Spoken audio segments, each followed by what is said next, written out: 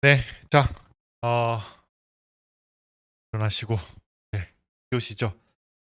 자, 지금부터 하는 매출원가 회계 처리, 여기서부터 오늘 끝까지는요, 내일 사실 내일 1교시까지는요, 하나의 그 통이에요. 그러니까 이게 논리적인 흐름이 있어요. 재고자산의 그 파트의 특징은요, 이 분계보다는 이 전체적인 하나의 논리로 이렇게 잡아내는 게 중요해요. 그러니까 분계도 중요한데 분계도 있긴 한데요. 앞에서 우리 기타 당좌자산 이런 거는 우리가 하나씩 하나씩 선급금, 선수금 뭐 이런 거 분계해 봤잖아요. 재고자산은 좀 덩치가 커요. 처음부터 길을 잘 잡고 쭉 따라가면 하나의 논리로 쭉 이어지거든요. 그래서 여러분 그거를 잘 따라오셔야 돼요. 오늘 3시간 앞으로 이제 2교시, 3교시, 4교시 딱 좋아요. 그래서 지금 중간에 안 끊기고 2교시, 3교시, 4교시 해볼 건데요. 집중 잘 하시고요. 어, 보겠습니다. 자, 이제 저랑 같이 뭘 할 거냐면요. 어, 장사를 해볼 거예요. 저랑 같이. 그러니까 저 얘기를 잘 듣고 따라오시면 돼요. 저랑 같이 제가 무슨 말을 하나 잘 듣고 따라오시면 돼요. 제일 좋아요. 항상 제가 낙지 얘기로 하는데 낙지 장사를 한번 해볼게요. 장사를 한번 해볼게요. 오늘부터 우리 첫날로 오늘 첫날 우리 해물탕집을 개업했다고 쳐봐요. 식당을 개업했어요. 낙지 탕탕이? 낙지 탕탕이만 팔어. 낙지 탕탕이만 팔어. 그래서 재료가 뭐만 필요해요? 낙지만 필요해요. 그렇죠? 그래서 우리가 식당을 하려면 낙지를 팔려면 뭐가 필요해요? 낙지가 필요하죠. 그래서 오늘 첫날이에요. 첫날이고 첫날 장사를 하기 위해서는요. 수저가 필요하죠. 낙지를 넣어둘 수저가 필요해요. 그래서 장사를 하기 위해서 새벽같이 수산시장에 가가지고요. 낙지를 사왔어요. 낙지를 사왔어요. 낙지 몇 마리? 한 10마리 정도 사올까요? 10마리 정도를 사와서 장사를 하려고 오픈하기 전에 새벽같이 사서 10마리를 사와서 수조에 넣어놨어요. 편의상 우리는 모든 낙지는 10,000원에 사올 수 있다고 가정할게요. 앞으로 모든 낙지는 10,000원에 사올 수 있어요. 10마리를 사가지고 수조에 넣었어요. 그리고 장사를 신장 개업한 거예요. 장사 첫날이에요. 첫날. 장사 첫날 10마리 가지고 낙지를 팔았어요. 첫날이니까 막 정신없겠죠? 익숙하지도 않고 딱 팔아. 열심히 팔고 이제 영업 종료가 됐어요. 끝나고 샷다운 딱 내리고 그죠? 얼마나 팔렸나 이제 확인해 봐야겠죠. 얼마나 팔렸나 확인해 봐야 돼요. 영업이 끝난 상태예요. 영업이 끝나고 샷다 딱 내리고 수조를 딱 들여다 봤더니 수조 안을 봤더니 낙지가 몇 마리가 있어야 될까요? 일단 10마리는 아니겠죠. 팔렸으니까 얼마가 막 정신없이 팔았어. 막 팔 때 수에서 계속 빼가고 정신없이 팔고 남은 낙지가 요 귀퉁이에 보니까 어, 3마리가 딱 붙어 있네. 3마리가 딱 붙어 있네. 그 다음날. 그 다음날 또 장사해야죠. 장사 하루 이틀 하는 거 아니잖아요. 그쵸? 다음날도 장사해야 돼요. 그쵸? 다음날 장사를 하려고 이제 3마리 있는 거 확인하고 다음날 아침에 와가지고 어, 봤더니 어떻게 돼 있을까요? 어떻게 돼 있어? 3마리가 그대로 있겠지. 그쵸? 죽지 않았으면. 그대로 여기 귀퉁이에 3마리가 이렇게 붙어 있, 다 옮겨왔어. 이쪽으로. 이쪽 귀퉁이. 옮겨왔어. 3마리 가지고 장사를 할 수 없죠. 3마리 가지고 다음날 장사를 할 수 없잖아. 그래서 또 어떻게 해요? 수산시장 가서 낙자를 사서 넣어놔야겠죠? 또 예를 들어서 오늘도 잘 팔리겠지? 그리고 10마리를 사와서 넣었어요. 10마리 사서 넣었어요. 그리고 장사를 했어요. 열심히 팔았어. 그리고 나서 또 가게 문을 닫고 오늘 얼마나 많이 팔렸나? 확인하고 싶어서 수도를 딱 들여다봤어요. 딱 들여다봤더니 오늘은 2마리가 남아있네? 이쯤 되니까 이제 궁금한 거야. 내가 장사를 잘 하고 있는지. 그래서 첫날, 어, 첫날, 이게 첫날이고 둘째 날이에요. 첫날 물어보는 거예요. 첫날 장부를 보는 거예요. 우리 홀에서 얼마나 매출, 손님이 긁고 간 돈 있죠? 돈 내고 간 돈. 매출이 얼마인지 확인해 봤더니 첫날 매출액이 예를 들어서 뭐 12만 원이라고 합시다. 첫날 매출액이 12만 원이에요. 으로 12만 원 내고 왔어. 그러면 매출 원가도 있겠죠? 우리 가게의 매출 원가는 뭐예요? 낙지지 낙지. 낙지가 매출 원가예요. 다른 재료는 아무것도 없어. 그냥 낙지 탕탕 해가지고 참기름도 안 줘. 그냥 낙지를 해가지고 산낙지 썰어가지고 주는 낙지만 들어가 낙지. 그래서 매출 원가 얼마요? 얼마예요? 매출 원가 얼마 들을까요? 7만 원 맞죠? 7만 원. 그러면은 매출 총이익은요? 얼마예요? 매출 총이익은? 매출 총이익은 매출액에서 매출 원가를 빼는 거죠. 자, 5만 원. 자, 어떻게 계산한 거예요, 여러분? 어떻게 한 거예요? 장사는 할 수는 있겠다. 이것도 안 되시는 분 없죠? 10마리 넣었어요. 그쵸? 팔다 남은 게 몇 마리예요? 팔고 남은 게 3마리 있잖아. 10마리가 있었는데 팔고 남은 게 3마리면 몇 마리가 손님 입으로 들어갔다는 7마리가 손님 입으로 들어갔다는 얘기죠. 한 마리 얼마씩? 10,000원씩. 그쵸? 맞잖아요. 그게 팔린 거죠. 매출 원가예요. 여기서 매출액은 이 수조를 들여다보면 알 수 있어요, 없어요? 이거는 수조랑 관계가 없어요. 매출액은 이 수조랑 아무런 관계가 없어요. 이 수조는 매출 원가에 대한 얘기만 하고 있어요. 무슨 얘기인지 아시겠어요? 중요한 개념이에요, 이거. 지금 여러분 이것만 다 이해하면 매출 원가 아무것도 아니에요. 매출액은 홀에서 주방하고는 관계가 없어요. 홀에서 손 들고 간 거예요. 무슨 얘기인지 아시겠죠? 여러분 아르바이트 해보신 분 아시겠지만 식당에서 아르바이트 해보신 분 아시겠지만 식당에서 이게 주방과 홀에 이게 이 권력 다툼이 엄청 심한 거 아세요? 그래요. 식당마다 다르긴 한데 주방이 센 데가 있고 홀이 센 데가 있어. 그리고 항상 서로 안 좋아. 바쁜데 아주 한가한데 말고 한가한데 내가 홀도 하고 한가한데 말고 바쁜 데는요 주방과 홀이 항상 안 좋아요. 이게 네가 잘못했네, 내가 잘못했네, 주문이 제대로 들어갔네 안 들어갔네 이러면서 항상 주방장이 막 그래서 주방에서 화내고 있고 막 그렇죠? 어쨌든 주방과 홀은 다른 거예요.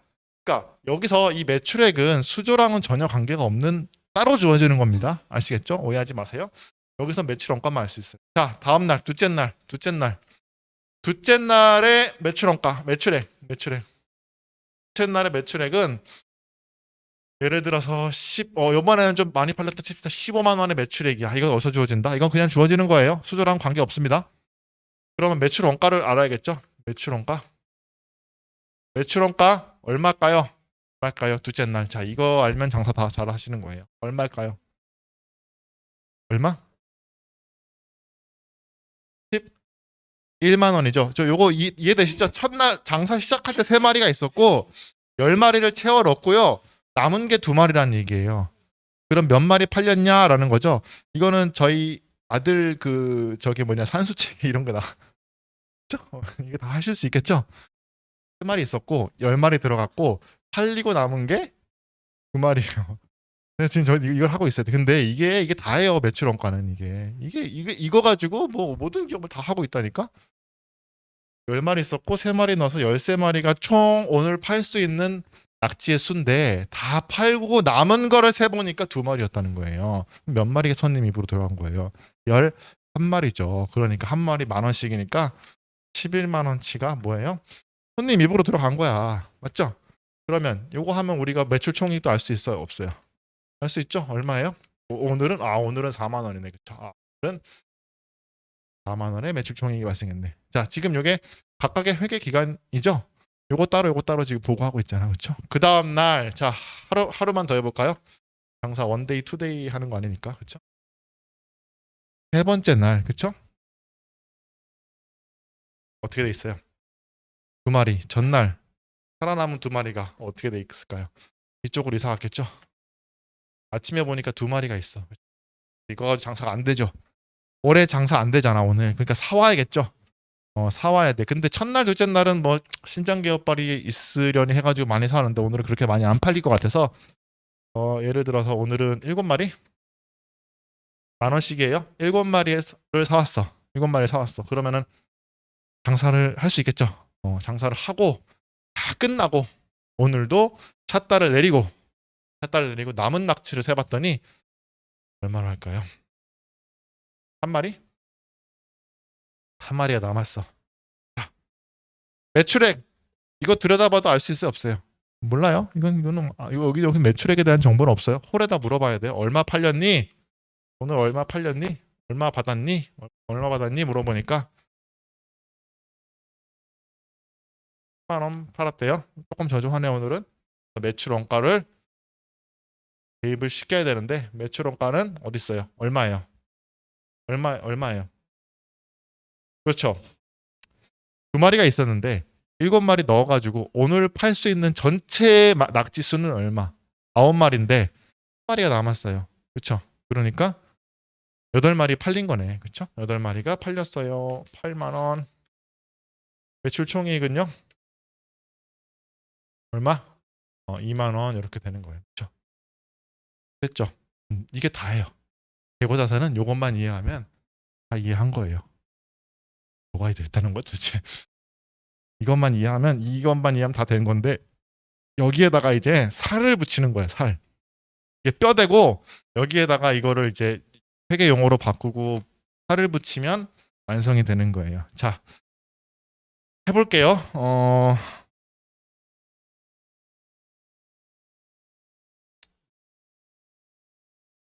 해볼게요.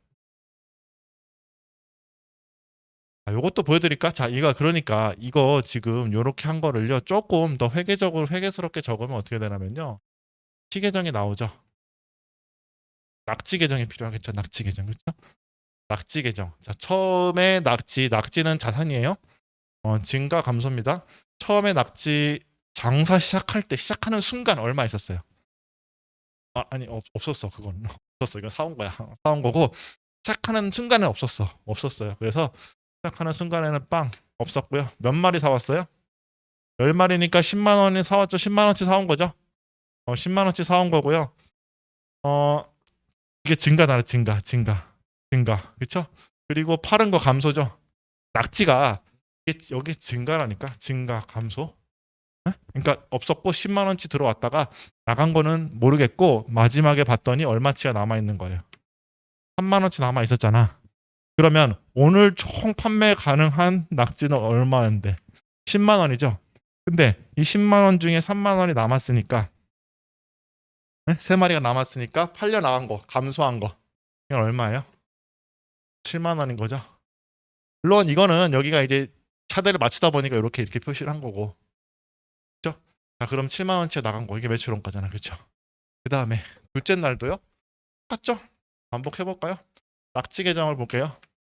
낙지 계정 처음에 장사 시작할 때 얼마 있었어요? 숫자를 좀 그렇죠. 어제 남은 게 그대로 오늘 시작하는 금액이잖아요. 그렇죠? 3만 원. 얼마치 사왔어요? 10마리 더 사왔죠? 10만 원치 사왔죠? 이걸 뭐라 그래요? 13만 원이죠? 이걸 뭐라 그래요? 판매 가능액이에요. 판매 가능액. 내가 오늘 팔 수 있는 총 낙지의 금액. 맥스로 팔 수 있는 거. 13만 원이죠? 근데 팔고 남은 게 얼마가 있어요? 얼마가 있어요? 2만 원치가 있잖아. 팔고 남은 게 2만 원치가 있죠? 그러면 얼마가 팔린 거예요? 11만 원이 팔린 거 대차 평균으로 알 수 있는 거죠. 내가 오늘 총 팔 수 있는 거는 13만 원치인데 2만 원치가 남았으니까 11만 원치는 나간 거 아니야? 라는 거잖아요. 여러분 머릿속에서 다 이걸 한 거잖아, 지금. 그래서 지금 T 계정으로 옮긴 거죠. 그 다음에 한 번 더 해볼까요? 마지막. 또 낙지 계정이죠. 셋째 날 낙지 계정이죠. 이 기말, 전날에 마지막 2만 원이 어디로 왔어요? 오늘 시작하는 두 마리 이렇게 오는 거죠. 그리고 몇 마리 사왔어요? 7마리 사왔으니까 만 원씩 7만 원이고 총 몇 마리 팔 수 있어요? 9만 원치 팔 수 있죠? 오늘 맥스로 팔 수 있는 게 9만 원이에요. 이게 팔리던지 남던지잖아요. 그렇죠? 팔린 거는 모르겠고 남은 거는 만 원이에요. 그렇죠? 팔린 건 얼마라는 거예요? 또 어떻게 알 수 있었어요? 이게 아침에 있었던 거랑 사온 거랑 더한 거에서 남은 거를 빼니까 이게 팔린 거다라고 우리가 알 수 있었던 거잖아요. 그렇죠? 얼마? 8만 원? 자, 요게 다예요. 요게 다고 요거를 조금 정리를 해가지고 제가 한 바닥으로 보여드릴게요. 이거는 지금 금액을 넣은 거고, 요거를 이제 일반화 해가지고 좀 제가 요쪽을 지우고 넣어볼게요. 여기는 지워도 될까요? 요것만 지워볼게요. 이렇게 지금 다시 적는 게 중요한 거예요. 이걸 지워서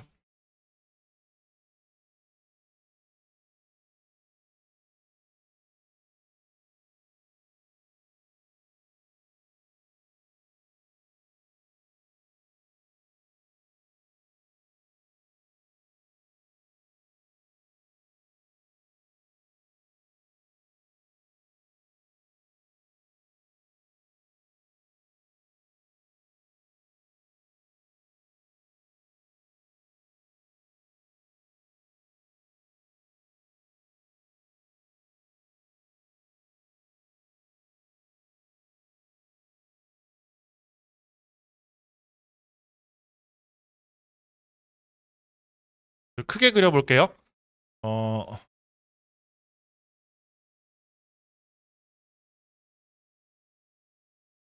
아까는 이게 낙지였죠. 낙지였는데 이제 이 낙지는 우리 회사의 뭐예요? 상품이죠. 상품 티 계정이에요. 상품 티 계정입니다. 상품 자산이니까 증가 감소죠. 어, 그만큼은 우리가 기초 기초 재고라고 할게요. 기초 재고. 어제 팔고 남은 거죠. 전 회계 연도에 팔고 남은 거 넘어온 거예요. 팔다 남은 게 넘어온 거. 그렇죠? 시작할 때 기초 재고. 그다음에 선을 왜 똑바로 못 굴? 기초 재고고요. 그렇죠? 어, 아까 차대가 이렇게 갔다고 하면 이게 뭐예요? 단기 매입액이죠.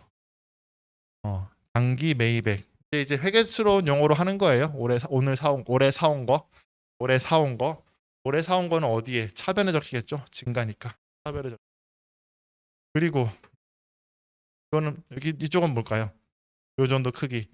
기초 재고의 단기 매입액에서 팔린 거를 팔고 남은 거, 요 정도 크기를 뭐라 그래요? 기말 재고라고 하는 거예요. 그러면 잘 보세요. 기초 재고에다가 단기 매입액을 더한 거, 기초 재고에다가 단기 매입액을 더한 거를 우리가 뭐라 그런다? 판매 가능 뭐 재고 다 똑같아요. 판매 가능액, 그쵸?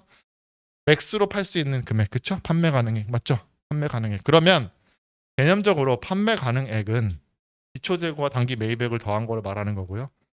기초 재고와 단기 매입액을 더한 판매 가능액은 둘 중에 하나예요. 팔리던지 남던지, 그쵸? 팔리던지 남던지. 이거잖아. 요 크기는 요거 아니면 요거잖아요. 그쵸? 팔린 거를 뭐라 그런다 우리가? 팔린 거를 뭐라 그런다? 얘를 매출 원가라고 그러는 거예요. 팔린 거 있죠? 팔려 나간 비율을 매출 원가라고 그러는 거예요. 매출 원가. 자, 그런데 아까 제가 계속 말씀드렸듯이 낙지에서 봤듯이 우리가 매출 원가는 직접 구했어요? 아니면은 둘러서 구했어요? 둘러서 구했죠? 어떻게 구했어요? 매출 원가는 어떻게 구했어요? 얘는 직접 구할 방법이 없어요. 방법이 없고 어떻게 했어요? 기초 재고에다가 올해 사온 거를 다 더해가지고 마지막에 장사 끝나고라고 그랬죠? 찾다 내리고 남은 애를 파악해 보면 나머지는 다 팔렸다 이렇게 하는 거예요. 다시 매출원가는 직접 구하지 않습니다. 이 중에 낙지 나갈 때마다 얘 얼마짜리 나갔다고 했어요, 안 했어요? 안 했어요. 열심히 팔 뿐이야. 그냥 주문 들어오면 건져서 팔고, 주문 들어오면 건져서 팔고, 주문 들어오면 또 건져서 팔면 되는 거예요. 무슨 얘기인지 아시겠어요? 팔고 마지막에 남아있는 애만 딱 파악하면 팔려 나간 애를 구할 수가 있다라는 개념인 거예요. 무슨 얘기인지 아시겠어요? 그래서 기초 재고 더하기 단기 매입액 빼기 기말 재고는 매출 원가가 되는 거예요. 그래서 이거를 자, 볼까요? 여기다 적을까요? 여기 밑에 적을까요? 매출 원가는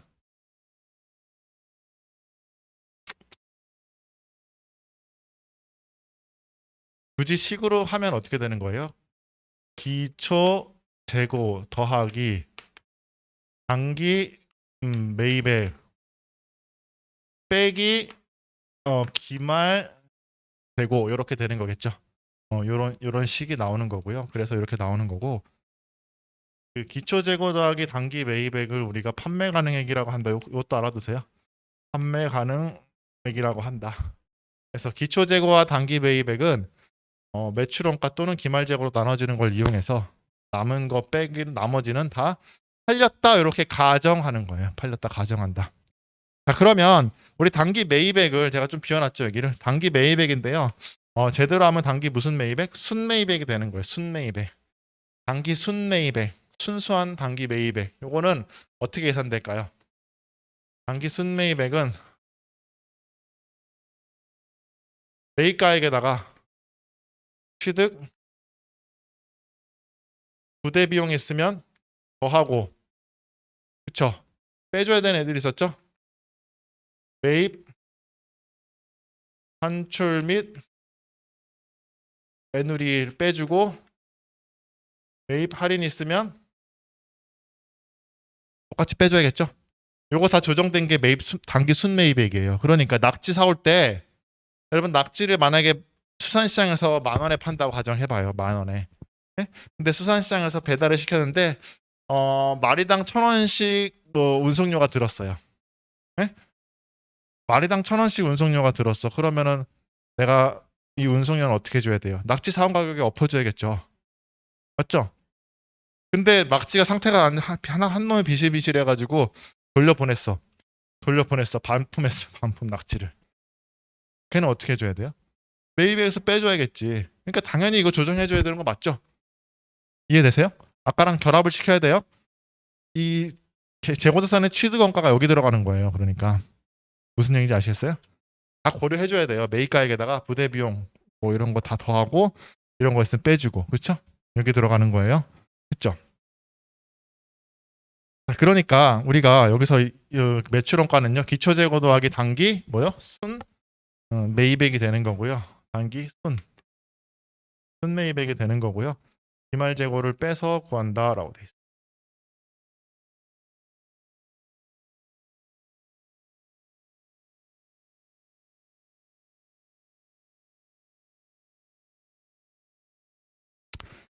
자, 그럼 다음에 손익계산서도 좀 볼까요? 손익계산서? 손익계산서는요. 매출액인데요. 매출액에서 뭘 빼요? 매출 원가를 빼죠. 이 매출 원가가 어디서 오는 거예요? 요 상품 T 계정에서 오는 거예요. 요 매출 원가가. 요 매출액은 따로 구해야 됩니다. 여기 T 계정에서는 절대 몰라요. 요거는 수조예요, 수조. 요거는 매출 원가만 알 수 있는 거라고요. 그렇죠? 그래서 매출 원가를 이렇게 구해서 와야 된다는 거예요. 얘는 따로 주어져야 돼. 요거 뺀 걸 우리가 뭐 한다? 뭐라 그런다? 매출 총이익이라고 부르는 거예요. 그렇죠? 요거 빼줘서 요 구조도 좀 아셔야 돼. 이렇게 흘러간다. 이렇게 올라간다. 그리고 마찬가지로 요거 매출액도 무슨 매출액이겠어요? 순매출액이겠죠? 이 순매출액 아까 어떻게 구했어요? 총매출액에서 매출 환입 및 애누리하고 매출 할인 있으면 고려해줘야겠죠? 굳이 안 적어도 되겠죠? 어떻게 되는 거예요? 총 매출액에서 매출 환입 및 애누리가 있으면 빼주고 매출 할인 있으면 고려해줘야겠죠? 지금 합체를 시키는 거예요. 그쵸? 그래서 우리가 이 매출 원가를 구하는 방법은 절대 직접 구하지 않고 기초재고랑 단기 순매입액을 구해서 더한 다음에 기말재고를 뺀다라고 했는데 잘 보세요. 여기도 잘 보세요. 기초재고는요. 이거는 우리가 관심이 없어요. 이거는 전년도에서 그냥 넘어온 거야. 2월 내서 2월 돼서 그냥 받으니까 이거는 그냥 주어지는 값이고요. 매입액 할 때 주의할 거는 요거를 좀 고려해 준다. 요것만 주의하시면 돼. 그쵸? 요런 거 고려해 준다. 그러면 우리가 매출 원가를 구할 때 핵심은 뭐겠어요, 결국은? 결국은 판매 가능액은 팔리던지 남던지예요. 그러면 가장 중요한 건 뭐겠어요? 남은 거 얼마인지 확정하는 게 제일 중요한 관건이 되겠죠. 매출 원가를 구할 때 가장 중요한 건 그래서 기말 재고를 확정하는 일이 제일 중요한 거예요. 되게 중요한 거예요. 다시 말씀드릴게요. 매출 원가 구하기 핵심은 기초 재고 더하기 단기 순매입액 빼기 기말 재고인데 기초 재고는 어차피 주어지는 거고 단기 순매입액은 이것만 고려해 주면 되는 거예요. 결과적으로는 매출 원가를 구할 때는요. 기말 재고를 확정하는 일. 이 작업이 가장 중요한 작업이 돼요. 얘가 확정돼야지 매출 원가가 되게 확정이 되겠죠. 무슨 얘기인지 아시겠어요? 기말 재고가 작으면 매출 원가는 커지고 기말 재고가 커지면 매출 원가는 작아지고 그러니까 얘가 이 크기에 따라서 매출 원가 결정되는 거예요. 그렇죠? 그래서 앞으로 우리가 쭉 뒤쪽에는요. 무슨 얘기만 하냐면요. 매출 원가에 지금 대한 얘기인데 매출 원가에 대한 얘기는 거의 안 해요. 안 하고 계속 뭐만 얘기해요? 기말 재고에 대한 얘기만 할 거예요. 기말 재고. 그 이후에 기말 재고에 대한 얘기를 하는 이유는요. 얘를 확정시켜야지 매출 원가가 확정된다라는 거예요. 그렇죠? 그러면 자, 지금부터 기말 재고에 대한 얘기를 할 건데요. 기말 재고는 개념적으로 금액이잖아요. 그러니까 얘는 개념적으로 기말 재고는 어떻게 정의되냐면 일정한 얼마 몇 개 있는지 그렇죠? 낙지 몇 마리 있는지 수량 곱하기 뭘로 결정될까요? 단가로 결정이 돼요. 수량과 단가의 곱이에요. 이해되시겠어요? 낙지 몇 마리 얼마짜리가 몇 마리 있냐 이렇게 구성되는 거겠죠? 쪼개보면 기말재고라는 걸 쪼개보면 수량 곱하기 단가로 나눠줄 수 있어요. 그러니까 기말재고로 확정하는 것이 매출원가 구하기라 했는데 기말재고는 수량 곱하기 단가로 이루어졌으니까 수량을 확정하는 방법, 단가를 확정하는 방법 뭐 이런 식으로 얘기가 진행되겠죠? 이해되시겠어요? 그러니까 수량을 확정하는 방법은요 세 가지가 있어요. 총 세 가지가 있는데 첫 번째 계속기록법, 두 번째 실지재고 조사법, 세 번째 위에 두 개를 합한다 그래서 혼합법 요 세 가지 이렇게 방법이 있어요. 여기에 대한 얘기를 할 거예요. 그 다음에 단가를 결정하는 방법은 또 다섯 가지가 있는데요. 첫 번째는 개별법이고요. 두 번째 선입 선출법이라고 하고요. 세 번째 후입 선출법이 있고요. 네 번째 이 평균법인데요. 평균법을 하나로 묶으면 하나고 두 개로 보면 두 개인데 평균법은 이동평균법이 있고요. 총평균법이 있어요. 이동평균법, 총평균법 해서 뭐 두 개 나누기도 하고 하나로 봐서 그냥 평균법 이렇게 보기도 하고 그래서 앞으로 얘기는 무슨 얘기를 할까요? 수량을 결정하는 방법, 단가를 결정하는 방법에 대한 얘기를 진행할 거예요. 이게 왜 중요하냐면 다시 말씀드려서 기말재고로 확정하는 과정이기 때문에 그런 거예요. 기말재고로 확정해야지 뭘 알 수 있다? 매출 원가를 알 수 있다니. 무슨 얘기인지 아시겠죠?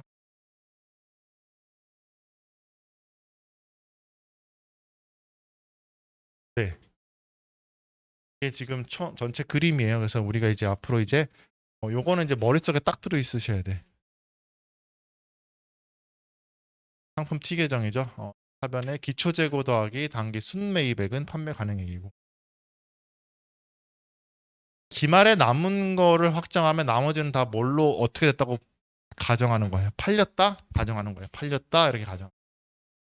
팔린 거는 손익계산상으로 매출원가로 가는 거고 매출액은 따로 이제 주어지면 이렇게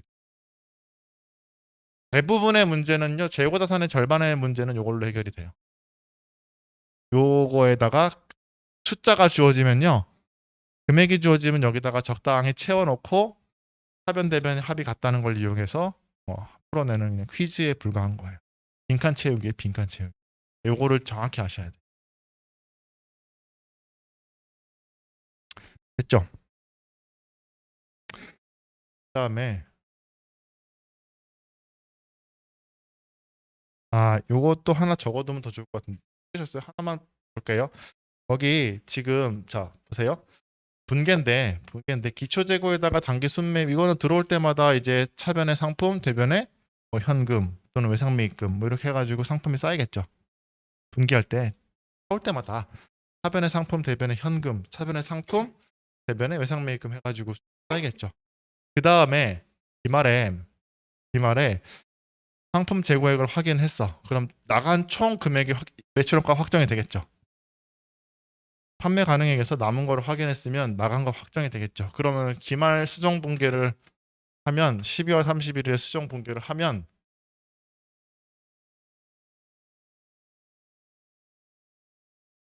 것 같은데 수정 분계 여기다 해볼게요. 밑에다 해볼게요. 기말에 낙지 팔린 거 올해 총 팔린 거 어떻게 수정 분계를 할까요? 상품이 나갔죠? 상품 나갔잖아. 이게 뭐가 된다? 매출 원가가 된다는 거야. 나간 거 총 한 번에 구한다고. 그래가지고 우리 앞에서 기억나세요? 연습 예제 할 때 볼까요? 거기 책이 있으니까 연습 예제 앞에 펴보세요. 우리 앞에 연습 예제 11페이지 11페이지 11페이지 우리 조그만 책 11페이지 연습 예제 할 때 기초 이게 처음 장사를 시작했죠. 기초 재고는 없었죠. 100만 원 가지고 처음 시작했으니까 기초 재고 없는 상태에서 상품 사온 게 얼마예요? 2번 분기에 보시면 70만 원치 사왔죠. 30 창고에 70만 원치 들어왔죠. 그 다음에 또 4번 보시면 60만 원치 또 사왔죠. 총 얼마예요? 팔 수 있는 거. 130만 원치 있죠. 근데 팔릴 때는 나가는 거 적었어요? 안 적었어요? 팔릴 때 상품 나가는 거 안 했죠? 그냥 얼마치 팔았다만 했잖아요. 그랬다가 8번 분기에서 뭐라고 했어요? 기말에 남아있는 거는 55만 원이다 라고 돼 있죠. 그러니까 기초재고 빵! 단기 순매입액 130 남아있는 거 55만 원. 그럼 팔린 거 얼마? 75만 원. 이렇게 한 거예요.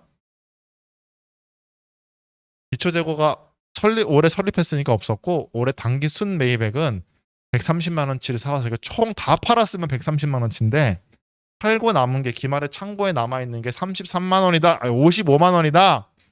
주어진 거예요. 그러니까 130 차변을 합은 130만 원인데 남은 게 55만 원이니까 팔려 나간 거는 75만 원이다 라고 해서 상품이 75만 원이 대변으로 12월 결산 분기로 빠져나가고 차변에 매출원가 75만 원 이렇게 한 거예요.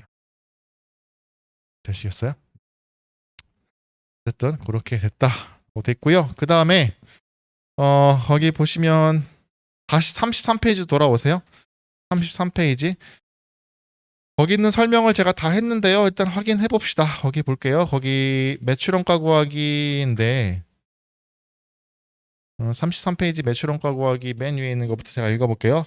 상품이 판매되는 시점마다 그러니까 팔릴 때마다 매출원가 회계 처리를 하면 번거로울 수 있다. 번거로울 수 있는 정도가 아니라 못해요. 힘들어서. 못해요. 33페이지입니다. 따라서 판매하는 상품의 수량이 적으면 상관없지만 수량이 많아지면 회계 담당자가 어떤 상품이 팔렸는지 일일이 확인하여 회계 처리하는 것은 불가능해요. 불가능해. 자, 예를 하나 들어볼까요? 간단히 예를 들어볼까요? 아까 낙지 있죠, 낙지. 낙지는 다 지금 10,000원에 사왔으니까 아무 문제가 없어요. 그렇죠? 근데 어떤 낙지는 10,000원에 사오고 어떤 낙지는 그 다음날 가니까 얘가 값이 올라서 12,000원이고 어떤 낙지는 또 9,000원이고 어떤 때는 운반비가 1,000원이고 어떤 때는 운반비가 1,200원이 뭐 바뀌었다고 칩시다. 그러면 손님 입으로 주문이 들어와서 낙지를 건져서 내야 돼. 근데 낼 때마다 얘가 얼마짜리인지 확인할 수 있어요? 없어요? 확인 가능할까요? 안 할까요? 확인 자체가 불가능해요. 안 된다고. 얼마짜리인지 뭐 거기다가 뭐 이름 얘는 뭐 낙순이 얘는 이름 뭐 다 이름을 붙여놓을 거야? 안 되잖아. 알 수가 없다고요. 그럼 장사를 할 수가 없어. 그건 담당자가. 간단한 예를 하나 더 들어볼까요? 여러분이 만약에 정유회사예요. 정유회사. 기름을 정제를 해서 팔아. 그럼 기름 사올 때 기름값은 다 같아요, 달라요? 다르지. 똑같은 값에 기름을 못 사오잖아요. 그쵸? 그럼 사올 때마다 다를 거야. 그러면 사와가지고 다 탱크에 넣었어. 그리고 정제해서 나왔어. 그러면 정제해서 나온 가솔린 이거 제품 이거 얼마짜리 기름이 들어간 거예요? 알 수 있어요? 없어요? 알 수 있을 것 같아요, 여러분? 도저히 알 수가 없다고요. 이거는 얼마짜리가 들어가서 얼마짜리가 나온 건지 무슨 얘기인지 아시겠어요? 그러니까 어떻게 한다? 기말에 한 방에 하는 거예요. 한 방에. 예? 한 방에 하는 거라고요. 여러분 분명 의문을 가졌을 거야. 아, 왜 이렇게 힘들게 하지? 그냥 팔릴 때마다 매출 원가 해가지고 하면 되지만 안 돼요. 그게 불가능합니다. 알겠죠? 기말에 남은 걸 확인해서 팔린 건 한 방에 할 수밖에 없어요. 아시겠죠? 그래서 상품에 대한 매출 원가는 상품 매출 시마다 기록하지 않는 거고요. 기초 재고액의 단기 매입액을 가산하여 판매 가능액을 산출하고 여기에서 기말 재고액을 차감한 금액을 결산 수정 분계를 통해서 반영한다. 이런 분계, 이 분계를 통해서 반영하는 거예요. 요거 분계 이해되시죠?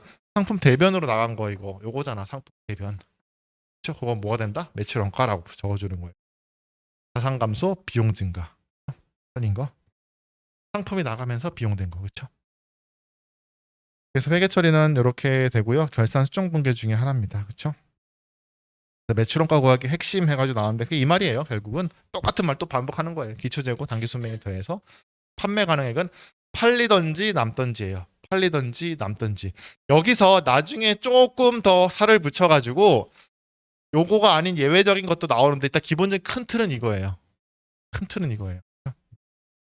그래서 기말 재고액은 단가시 결정된다 해서 기말 재고 자산은 수량 곱하기 단가인데 수량은 요 세 가지 단가는 네 가지로 저기 뭐냐 보시면 되겠습니다라고 하는 거예요. 그렇죠? 한 장 넘겨보세요. 34페이지.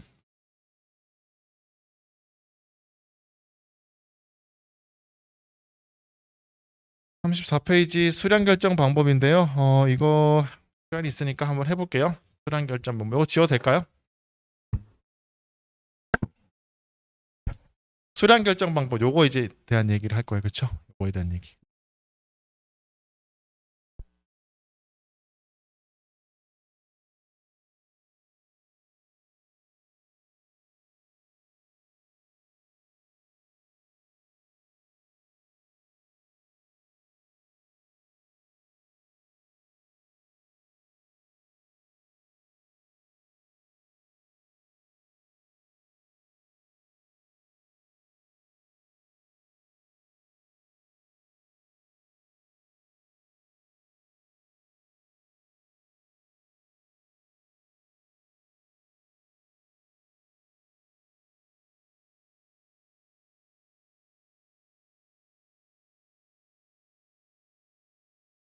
그러니까 기말에 우리가 재고자산 금액이 얼마인지 확정하기 위해서는 몇 개, 몇 개가 남았는지 확인하는 절차가 일단 들어가겠죠. 수량. 그러니까 아까 낙지도 해봤잖아, 그렇죠? 몇 마리인지.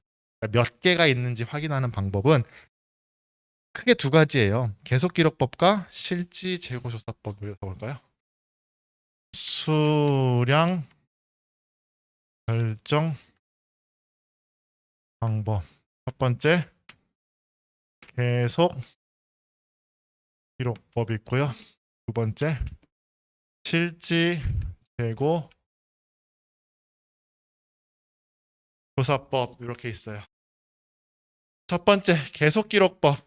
계속 기록법은요. 요거는 우리 수량을 파악할 때 장부에 의해서 파악하는 방법이다. 이렇게 알아두시면 좋아요.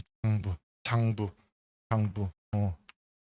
우리가 회계 기록을 위해서 작성하는 게 장부인데 이 장부는 여기서 말하는 장부는 뭐냐면요. 재고장이라는 거예요. 재고장이 뭐냐면 간단해요. 창고 있죠. 창고 담당자가 있을 거잖아요. 아까 말한 수조 같은 거 담당하는 사람이 있겠죠. 회사에 가면 창고가 있고 창고 매니저가 있을 거잖아요. 창고 매니저가 적는 장부가 재고장이에요. 또 다른 말로는 재고 수불부라고 하기도 해요. 수불 들어오고 나가는 거 그렇죠? 간단해요. 재고 수불부, 재고장이라는 거는요. 창고 담당자가 앉아가지고 몇 개 들어왔고 몇 개 나갔고 몇 개 들어왔고 몇 개 나갔고 몇 개가 입고됐고 몇 개가 출고됐고 그거를 적어주는 장부를 재고장, 재고 수불부라 그래요. 그러니까 보세요.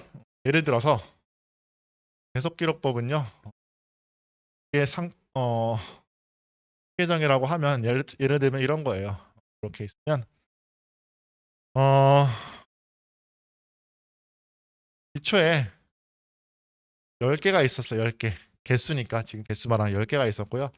올해 들어온 거 오늘 들어온 게 20개야. 들어온 게. 이거 입고적 차변이니까. 예요. 들어온 게 20개가 있어요. 그쵸? 그리고 요거는 뭐예요? 나간 거죠? 나간 게 뭐 15개가 있어요. 25개라고 할까요? 나간 게 25개가 있어요. 라고 한다면 이건 나간 거죠. 25개가 있어요. 한다면 남아 있는 건 얼마가 되겠어요? 얼마요? 5개. 쉽죠? 30개 있었고 25개 나갔으니까 남은 거는 5개. 이렇게 기말 재고를 들어오고 나간 거를 다 적어서 파악하는 방법이에요. 아니 기초에 얼마 있는지 알았고 들어온 거 얼마 나간 거 알면 기말도 알 수 있겠죠. 개수를. 뭐다? 이건 계속 기록 말 그대로 계속 기록하는 거야 그냥. 장부에다가. 반면에 실지재고 조사법은요. 이거는요. 실사를 통해서 수량을 파악하는 방법이에요. 실사가 뭐예요? 실제로 이렇게 사정해 보는 거, 실제로 세어 보는 걸 실사라 그래요. 재고 실사라고 하거든요. 재고를 실제로 세어 보는 거예요. 그러면 이거는 어떻게 하는 방법일까요? 지금 똑같죠, 이거는? 기초 10개가 있었어요. 10개가 있었고 들어온 거는 파악해야 돼. 들어온 거는 몇 개가 들어오는지는 알아야 돼. 20개가 들어왔대요. 그래 놓고 나가는 건 파악을 안 해. 나가는 건 신경을 안 쓰는 거야. 그러니까 얘 보고 그러는 거지. 야, 개미야 배짱이야. 야, 너 힘들게 사냐? 뭐 들어오고 나가는 거 뭐 이렇게 힘들게 적냐? 들어오는 것만 적어놨다가 어떻게? 기말 재고 어떻게 확인해? 그냥 남아있는 거 세보면 되지. 바보 아니야? 뭐 이러는 거 아니야. 그쵸? 그냥 남아있는 거 세보면 5개 남아있네? 그럼 저렇게 세보면 되는 거지. 뭐 이렇게 힘들게 해? 라고 하는 거예요. 이것도 일리가 있죠? 세보면 되잖아. 그냥 마지막에. 1년 내내 놀다가 들어온 것만 했다가 남아있는 게 5개면은 25개가 팔린 거죠. 알 수 있잖아요. 그쵸?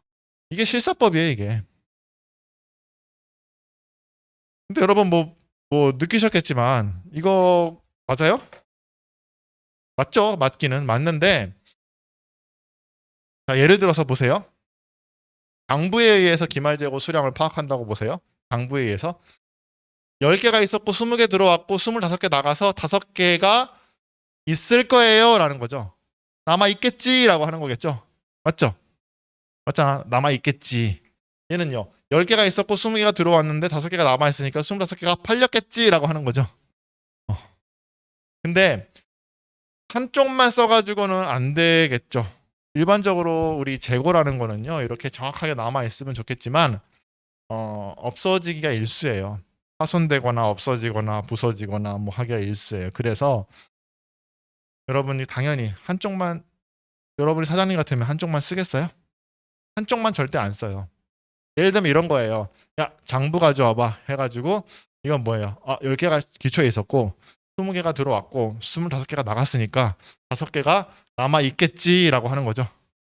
근데 확인해 봐야겠지. 남아 있는지 실제로. 그래서 세 본다고요.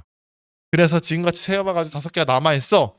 확인됐어요. 그러면 아무 일도 안 발생하는 거죠. 5개가 제대로 있네라고 하는 건데 대부분의 경우는 이게 일치할까요, 안 할까요? 일치하지 않아요. 많은 경우에서 실제로 일치하지가 않아요. 희한해.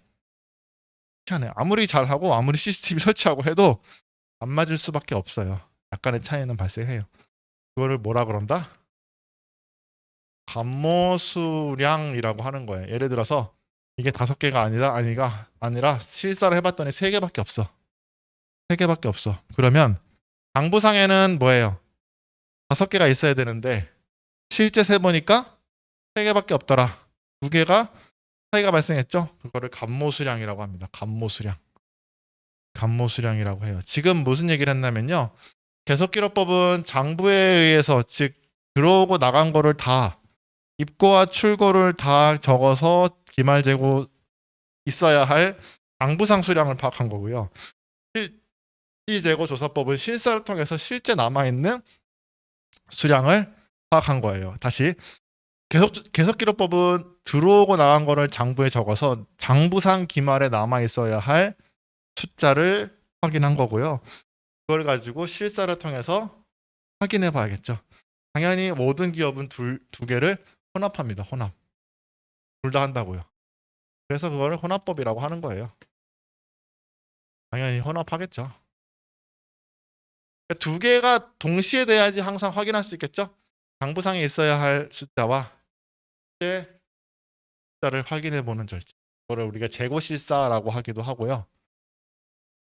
이 재고실사는 어떤 기업이든 합니다. 어떤 회사든 상품 재고가 있는 회사는, 통제가 제대로 된 회사는요, 재고실사를 해요. 언제 할까요? 언제 할까요? 기말에 합니다. 최소 기말에 해요. 최소. 1년에 한 번 해야 돼요. 왜? 기말에 재고자산을 확정해야지 매출원가가 확정되고, 매출원가가 확정돼야지 손익계산서가 나올 거잖아요. 그렇죠? 그래서 재고실사는 1년에 한 번, 최소 1년에 한 번을 한다는 거예요. 그럼 실사는 어떤 과정이 되겠어요? 자, 여기서부터 좀 실무 얘기인데요. 실사는 그러면 어떤 과정이 되겠어요? 어떻게 하겠어요? 일단 실사한다 그러면 첫 번째로 해야 될 거, 일단 공장에 물류 이동을 뭐든지 다 스탑시켜야 돼요. 내가 숫자 세고 있는데 막 들어오고 나오고 있으면 돼요, 안 돼요? 안 되겠죠? 그럼 언제 하겠어요? 보통 1월 1일 날 합니다. 1월 1일 날. 12월 31일 끝나고 1월 1일 아침에 한다고요. 새벽부터 하는 게 재고 실사예요. 뭐 하고? 라인 스톱하고. 막 세고 있는데 막 들어오고 나가고 있어요. 되겠죠? 라인 스톱을 딱 해요. 그리고 창고문 닫고. 그다음 뭐 필요할까요? 뭐 필요할까요? 장부 필요하지, 장부. 장부가 있어야지. 샜는데 3개 있어야 돼. 맞는지 틀리는지 알려면 장부랑 비교해 봐야 되는 거 아닌가요? 맞죠? 장부 필요해요. 재고장. 실사는 누가 해요? 사람이 하는 거지. 직원이 하는 거겠죠? 창고 담당자가 있고, 창고 담당자, 그 다음에 회계팀, 회계 정보니까 회계팀원이 있고, 그 다음에 도와줄 뭐 직원이 있고, 그렇죠? 그 다음에 큰 기업은 누구까지 있을까요? 큰 기업. 그렇죠. 감사인, 회계사가 있어요. 회계사. 회계사가 뭐 하는 거예요? 회계사가 그 기업의 재무제표를 감사하잖아요. 기업이 외부 정보 이용자들이 이용하는 게 우리 재무제표라고 그랬죠. 그럼 외부 정보 이용자들이 많아. 삼성전자야. 그러면은 기업이 만들어낸 재무제표가 제대로 만들어졌는지 안 만들어졌는지 좀 누가 좀 봐줬으면 좋겠지 않을까요? 그 누가 좀 봐주는 사람이 회계사들이에요. 외부 감사인이라고요. 그 재무제표가 제대로 됐는지.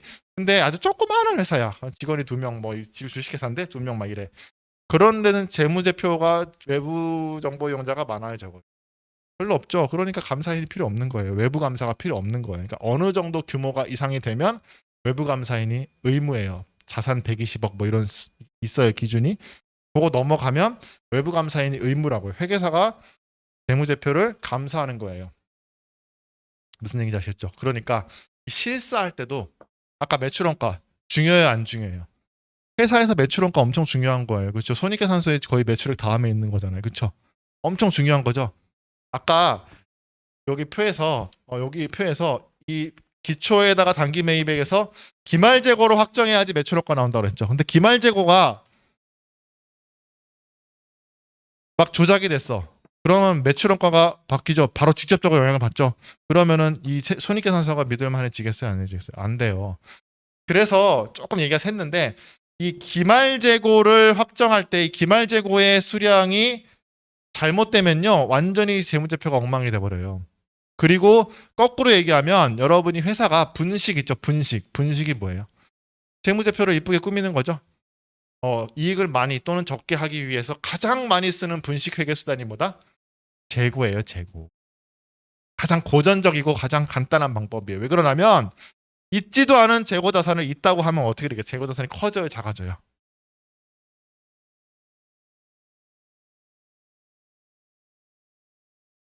기초 재고고 단기 매입액이죠. 근데 이게 뭐예요? 팔리던지 남던지죠. 근데 기말 재고를 확정하면 매출 원가가 된다 그랬잖아요. 근데 이거는 기초는 정해진 거고 단기 매입액도 어떻게 할 수가 없어요. 근데 기말에 실사할 때 있지도 않은 가공 재고가 있다고 하면 얘를 부풀려 이렇게 크게. 매출 원가가 늘어요, 줄어요? 줄죠. 매출 원가 늘면 이익이 늘어요, 줄어요? 매출 원가가 줄면 이익이 늘겠죠. 매출 원가가 줄면 비용이잖아. 그러니까 내가 이익을 많이 계산하고 싶어. 그럼 가공자산을 이렇게 부풀리면 되는, 있지도 않은 재고자산이 있다고 장부에다 적어 놓으면 이익이 커지고, 그렇죠? 이익을 줄이고 싶다 그러면 재고가 없는 것처럼 보이면 되겠죠. 요 가지 장난을 되게 많이 친다고요. 재고자산 가지고 장난을 되게 많이 쳐요. 장부만 가지고는 안 되겠죠. 그러니까 실사를 반드시 해야 되는 거예요. 그게 하는 이유예요. 우리 큰 기업들은 요 가지 장난치면 안 되니까 회계사도 같이 입회합니다. 입회. 그럼 회계사가 세냐? 그런 건 아니에요. 직원이 세요. 사는데 회계사들은 어떻게 하냐? 샘플 베이스로 장부를 가지고 오라고 하세요. 장부. 아이템 목록이 있겠죠? 재고 목록이 있을 거잖아요. 그래가지고 어떻게 하냐면 두 가지 방법으로 해요. 지금 그냥 편하게 들으세요. 감사 어차피 시험 볼 거 아니니까, 감사로는 할 거 아니니까. 두 가지 방법으로 해요. 샘플을 하는데 다 보진 않고 샘플로 다 이렇게 하는데, 첫 번째는 플로어터 리스트 투 플로어라는 거 하는데, 이게 뭐냐면 어떤 방식으로 하냐면요. 창구가 이렇게 있잖아요. 그러면 이거 랜덤으로 집어요. 이거 장부에 어디 있는지 좀 찾아주세요. 그게 뭐예요? 플로어에서 플로어에서 목록에 있는지 확인해 보는 거예요. 이거 장부에 누락돼 있는지 확인해 보는 거예요. 근데 이거만 하면 되겠어요? 안 되겠죠? 반대로 목록에 있는 거를 찾아주세요라고도 해야 돼요. 여기 목록에 있는 거 어디 있는지 찾아주세요라고 해요. 그럼 두 개 다 해보면 누락된 거나 가공된 거 다 찾을 수 있겠죠? 근데 샘플 베이스로 했는데, 샘플 10개를 했는데 다 통과했어. 그러면 그냥 거기서 끝. 근데 샘플 10개를 했는데 한 개가 없어. 그럼 이제 다 깝깝해지는 거야. 안 나와. 그러면 뭔가 전체를 모집단으로 하면 또 이상할 수도 있죠. 그때 이제 다 까보기 시작하는 거지. 집에 못 가는 거예요. 샘플을 확 늘려야 돼요. 에러가 하나도 없으면 그냥 거기서 끝나는데, 이상하네 그러면서 없네, 장부 잘못됐네 이렇게 나오면 이제 끝나는 거예요. 그렇죠? 그래서 이렇게 하는데, 이렇게 하다 보면요 실사해 가지고 확정이 되겠죠. 실사를 통해서 그 수량이 확정이 되겠죠. 실사 확정되고 장부랑 비교하는데, 안타깝게도 실사 수량이랑 장부 수량이랑은 맞질 않아요. 잘. 여러 가지 이유에서 그 차이를 우리가 뭐라 그런다? 이 감모라 그랬죠. 감모라 그랬고, 감모가 발생하는 이유는 여러 가지가 있어요. 도난, 분실, 파손, 여러 가지가 있는데, 조금 더 얘기해도 될까요? 시간이 좀 지나겠는데 좀 더 얘기를 할게요. 제가 회계사들은요 보통 입회를 되게 많이 해요. 저도 뭐 처음 뭐 연차 어릴 때는 입회 되게 많이 했는데, 기억나는 입회 몇 개를 말씀드릴게요. 제가 일본에 있을 때인데, 일본에는 뭐가 유명해요? 뭐 다 유명하지 뭐. 문구류 유명하죠. 문구류가 되게 종류도 많고 다양하기로 유명하잖아요. 그렇죠? 일본 가면은요 문구 도소매업을 제가 감사를 했어요. 상장 기업이었어요. 감사를 했는데 거기 사장님이 아주 병적인 분이었어요. 진짜 병적인 분이야. 중간에 한 사업이 뭐 때문에 사기를 당해가지고 넘어갈 뻔한 다음에 완전히 병적으로 거의 뭐 그냥 직원들을 막 잡듯이 해가지고 관리를 하는 사장님이었는데, 도소매업이니까 문구가 엄청 많겠어. 얼마나 많겠어. 우리 알파 문구 생각해 보세요. 여러분 인천문학당만 가도 많잖아요. 그거 한 5배 되는 지점이 도쿄 도내에 한 5개 있다고 쳐봐요. 그러면은 그거를 어떻게 해야 돼요? 다 실사를 하는데, 회계사들은 그걸 입회를 하지만 직원들은 전 직원이 모여가지고 그거를 다 확인을 해요. 근데 여러분들이 상상이 잘 안 가죠? 거기 있는 알파 문구만 해도 물건 엄청 많죠. 근데 거기 있는 걸 어떻게 다 센다니까? 이걸 다 세야 돼요. 문 닫고 1월 1일부터 매치가 문을 닫고 거기 있는 물건을 다 세요. 세면은 어떻게 세겠어요? 볼펜부터 세기 시작하는 거예요. 볼펜 예를 들면, 그럼 볼펜은 종류도 엄청 많죠. 색깔 많죠. 그리고 걔네들은 0.3mm, 0.4mm, 0.5mm부터 세가지고 어마어마하게 많아요. 종류, 색종이부터 시작해가지고 하여튼 현장에. 근데 거기는 매장에만 있는 게 아니라 지하에 내려가면 창고가 또 있어.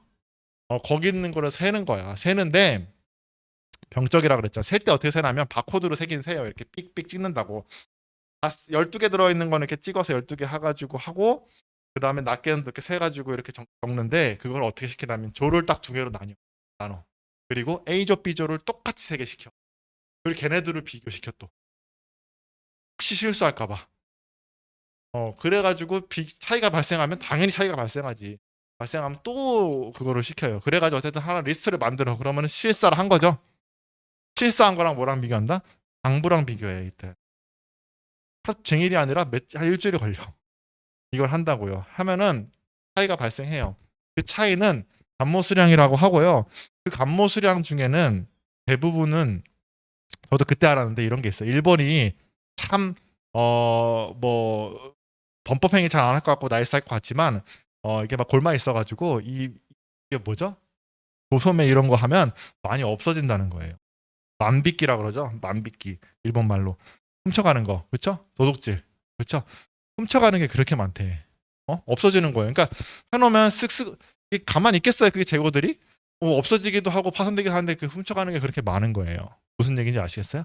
그래서 훔쳐가는 것도 감모수량에 들어가는 거예요. 도난, 그렇죠? 자, 여기서부터 다시 우리 수업 얘기예요. 감모수량은 아까 말한 대로 파손된 것도 있고 훔쳐가는 것도 있어요. 근데 자, 잘 보세요. 도소매업을 하면요. 소매업, 특히 소매업을 하면 이런 훔쳐가는 거 노출될까요? 안 될까요? 어쩔 수 없이 노출이 돼요. 어쩔 수 없이 노출이 된다고. 그거는 우리 이런 영업을 하면은 내재되어 있는 거예요? 아니면 뭐 어떻게 되는 뭐예요? 어쩔 수 없는 거예요? 아니면 어떻게 할 수 있는 거예요? 어쩔 수 없는 거예요. 여러분 서점 같은 것도 우리 오프라인 서점 있죠? 그런데 책을 안 훔쳐갈 것 같지만 사람들이 엄청 그렇게 훔쳐간대. 그렇게 책 있죠. 책 도둑은 뭐 도둑도 아니다. 뭐 그런 말 다 옛말이고 명품문고나 이런 데 가면 그런 훔쳐가는 책들이 엄청 많다라는 거예요. 그러면 그런 도소매업은 어쩔 수 없어요. 어쩔 수 없이 일정 부분은 누가 가져가는 거를 감안을 해야 돼요. 그건 영업 손실에 포함해야 될까요? 영업 외 손실로 들어가야 돼요. 영업 손실에 포함해야 돼. 그런 업종을 가지면 어쩔 수 없이 없어지는 거야. 무슨 얘기인지 아시겠어요? 그래서 이건 중요한 겁니다. 이 감모수량은요. 개념적으로 정상 감모와 비정상 감모로 나눌 수가 있어요. 개념적으로. 정상 감모는 뭐냐면요. 아까 말한 대로 이 업종을 택하면 어쩔 수 없이 내가 감수해야 되는 부분. 예를 들어서 내가 이 사업을 하면 1%는 그냥 누가 훔쳐간다. 이거는 뭐 CCTV를 아무리 설치하고 아무리 난리를 쳐도 어쩔 수 없는 거야. 그러면 이거는 정상 감모예요. 정상적인 부분. 근데 이걸 넘어간 거는 비정상으로 보겠다는 거예요. 어느 해에 갑자기 도난율이 10%가 됐어. 그럼 1% 넘어간 9%는 뭐다? 비정상으로 볼 수 있다라는 거예요. 무슨 얘기인지 아시겠어요? 그러니까 개념적 요거만 알아두세요. 감모 수량은 정상적인 부분과 비정상적인 부분 나눌 수 있다. 정상적인 부분 내가 예상한 부분이에요. 예상한 부분. 비정상은 그걸 초과하는 부분. 이해되시겠어요? 물건을 야적했어. 그러면 야적하면은 뭔가 손상이 될 수 있겠죠. 그럼 내가 물건을 한 1%는 항상 뭔가 좀 부식이 되거나 뭐 그래. 그러면 그 예상된 부분은 정상 부분이고 그걸 초과한 부분은 예상하지 못한 부분 비정상이라고 볼 수 있다라는 거. 여기까지 되셨어요?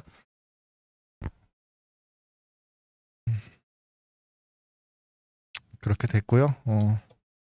자, 거기 보시면 정리할게요. 34페이지. 34페이지. 실사 얘기하다가 이렇게 나왔고 지금 어디로 흘러가고 있죠, 지금? 계속기록법 설명드렸고 그렇죠? 다 됐나? 자, 확인해 볼게요. 34페이지. 자, 계속기록법은요. 거기 표의 맨 위에 재고 자산의 입고 및 출고 상황을 계속적으로 상품 재고장과 같은 장부에 기록하여 장부에 그 기록된 내용에 의해 일정 시점 기말이죠. 기말의 재고 자산의 수량을 파악하는 방법이다. 아시겠죠? 장부에다가 들어온 거 나간 거 다 적어 놓으면 남아 있는 거 장부상으로 알 수 있다라는 거예요. 그렇죠?